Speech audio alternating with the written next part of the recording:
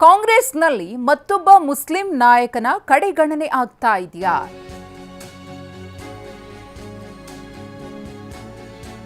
ಕಾಂಗ್ರೆಸ್ನಿಂದ ಮೂಲೆ ಗುಂಪಾದ್ರ ಇಕ್ಬಾಲ್ ಅನ್ಸಾರಿ. ಕೊಪ್ಪಳದ ಗಂಗಾವತಿಯ ಮಾಜಿ ಶಾಸಕರಾಗಿರುವಂತಹ ಇಕ್ಬಾಲ್ ಅನ್ಸಾರಿ ಎಸ್ಐಆರ್ ಪ್ರಕ್ರಿಯೆ ಸಂಬಂಧ ಬೂತ್ ಮಟ್ಟದ ಪ್ರತಿನಿಧಿಗಳ ನೇಮಕ.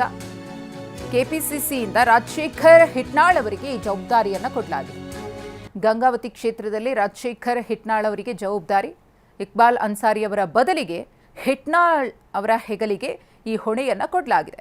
ಕೊಪ್ಪಳದಲ್ಲಿ ಮತ್ತಷ್ಟು ಪ್ರಬಲ ನಾಯಕರಾಗಿ ಹಿಟ್ನಾಳ್ ಅವರ ಕುಟುಂಬ ಹೊರಹೊಮ್ಮತಾ ಇದೆಯಾ?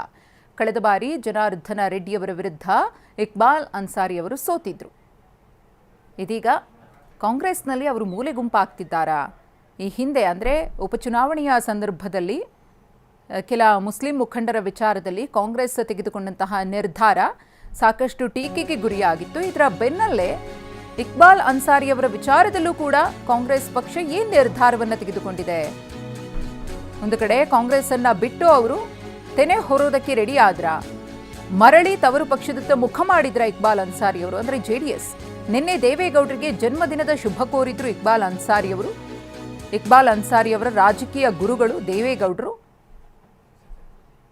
ಆ ಮೂಲಕ ಮತ್ತೆ ನನ್ನ ಸ್ವಂತ ಮನೆಯ ಕಡೆ ಮುಖ ಅನ್ನೋದನ್ನ ಇಕ್ಬಾಲ್ ಅನ್ಸಾರಿ ಅವರು ಸ್ಪಷ್ಟಪಡಿಸಿದ್ರ. ಕಾಂಗ್ರೆಸ್ನಿಂದ ಒಂದು ಹೆಜ್ಜೆಯನ್ನ ಇಕ್ಬಾಲ್ ಅನ್ಸಾರಿ ಅವರು ಹೊರಗಿಟ್ಟಿದ್ದಾರಾ ಅನ್ನೋ ಕುತೂಹಲ ಮನೆ ಮಾಡಿದೆ. ಮರಳಿ ಗೂಡಿಗೆ ಎಂಬಂತೆ ಮತ್ತೆ ಜೆಡಿಎಸ್ ಪಕ್ಷಕ್ಕೆ ಸೇರ್ತಾರಾ ಇಕ್ಬಾಲ್ ಅನ್ಸಾರಿ ಅವರು? ಜವಾಬ್ದಾರಿಯಿಂದ ಕಾಂಗ್ರೆಸ್ ಇಕ್ಬಾಲ್ ಅನ್ಸಾರಿ ಅವರನ್ನ ಕೈಬಿಟ್ಟಿದೆ, ಹಿಟ್ನಾಳ್ ಅವರಿಗೆ ಮಣೆ ಹಾಕಿದೆ.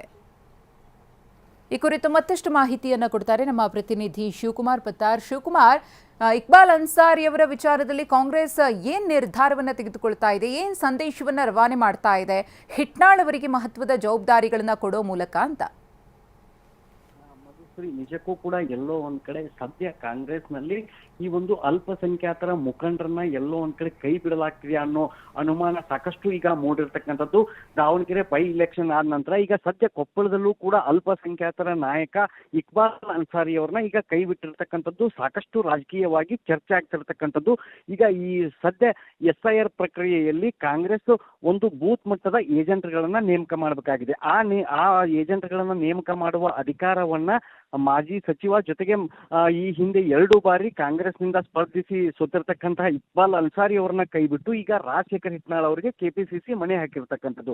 ಈ ಕಳೆದ ಲೋಕಸಭಾ ಚುನಾವಣೆ ಆದ ಬಳಿಕ ಇಕ್ಬಾಲ್ ಅನ್ಸಾರಿ ಅವರು ಬಹಿರಂಗವಾಗಿ ಹಿಟ್ನಾಳ್ ಫ್ಯಾಮಿಲಿ ವಿರುದ್ಧ ಅಸಮಾಧಾನವನ್ನ ವ್ಯಕ್ತಪಡಿಸಿದ್ರು. ಯಾರ್ಯಾರು ನನ್ನ ಚುನಾವಣೆಯಲ್ಲಿ ಏನೇನ್ ಮಾಡಿದಾರೆ ಅನ್ನೋದು ಗೊತ್ತಿದೆ ಅನ್ನೋದನ್ನ ವ್ಯಕ್ತಪಡಿಸಿದ್ರು. ನೇರವಾಗಿ ಹಿಟ್ನಾಳ್ ಕುಟುಂಬದ ವಿರುದ್ಧವೇ ಅನ್ಸಾರಿ ಅವರು ಮಾತಾಡಿದ್ರು. ಈಗ ಇದೆಲ್ಲದರ ಮಧ್ಯೆ ಹಿಟ್ನಾಳ್ ಕುಟುಂಬ ಗಂಗಾವತಿ ಕ್ಷೇತ್ರದ ಮೇಲೆ ಒಂದು ಕಣ್ಣನ್ನ ಇಟ್ಟಿತ್ತು. ಇದೀಗ ಕೆಪಿಸಿಸಿ ಕೂಡ ಈ ಒಂದು ರಾಜಶೇಖರ್ ಹಿಟ್ನಾಳ್ ಅವರಿಗೆ ಅಲ್ಲಿ ಈ ಒಂದು BLO ಏಜೆಂಟರ ನೇಮಕಕ್ಕೆ ಅವ್ರಿಗೆ ಅಧಿಕಾರ ನೀಡಿರ್ತಕ್ಕಂಥದ್ದು ಈಗ ರಾಜಕೀಯವಾಗಿ ಸಾಕಷ್ಟು ಚರ್ಚೆ ಆಗ್ತಿದೆ. ಎಲ್ಲೋ ಒಂದು ಕಡೆ ಕೆಪಿಸಿಸಿ ಅಲ್ಪಸಂಖ್ಯಾತರ ಮುಖಂಡ ಇಕ್ಬಾಲ್ ಅನ್ಸಾರಿಯನ್ನ ಕೈ ಬಿಡ್ತಾ ಅನ್ನೋ ಒಂದು ಅನುಮಾನ ಶುರುವಾಗಿರ್ತಕ್ಕಂಥದ್ದು. ಅದರ ಜೊತೆಗೆ ನಿನ್ನೆ ದೇವೇಗೌಡರ ಬರ್ತ್ಡೇ ಇರುತ್ತೆ. ಅವರ ಅಭಿಮಾನಿಗಳು ಕೂಡ ಇಕ್ಬಾಲ್ ಅನ್ಸಾರಿ ಅವರ ಅಭಿಮಾನಿಗಳು ದೇವೇಗೌಡರ ಬರ್ತ್ಡೇಗೆ ವಿಶ್ ಮಾಡಿರ್ತಕ್ಕಂಥದ್ದು.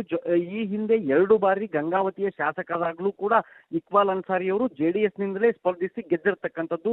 ಈಗ ಎಲ್ಲೋ ಒಂದ್ ಕಡೆ ಈ ಎರಡೂ ವಿಚಾರಗಳನ್ನು ನೋಡಿದ್ರೆ ಅನ್ಸಾರಿ ಅವರು ಎಲ್ಲೋ ಒಂದ್ ಕಡೆ JDS ನತ್ತ ಮುಖ ಮಾಡಿದ್ರ ಅನ್ನೋ ಚರ್ಚೆಯೂ ಕೂಡ ಈಗ ಶುರುವಾಗಿರ್ತಕ್ಕಂಥದ್ದು. ಒಂದ್ ಕಡೆ ಕಳೆದ ವಾರವೂ ಕೂಡ ಇಕ್ಬಾಲ್ ಅನ್ಸಾರಿ ಅವರು ಗಂಗಾವತಿ ನಗರ ಠಾಣೆಗೆ ಒಬ್ಬ PI ಯನ್ನ ನೇಮಕ ಮಾಡಿ ಅಂತ ಹೇಳಿ ಸಿದ್ದರಾಮಯ್ಯನವರಿಗೆ ಪತ್ರ ಬರೆದಿದ್ರು. ಆ ಪತ್ರದಕ್ಕೂ ಕೂಡ ಆ ಪತ್ರಕ್ಕೆ ಸ್ಪಂದಿಸಿದಂತ ಸಿದ್ದರಾಮಯ್ಯನವರು ಅನ್ಸಾರಿ ಅವರು ಯಾರನ್ನು ಹೇಳ್ತಾರೆ ಅವ್ರನ್ನೇ ನೇಮಕ ಮಾಡಿದ್ರು. ಅದಾದ ಮರುದಿನವೇ ಅದು ಆರ್ಡರ್ ಬದಲಾವಣೆ.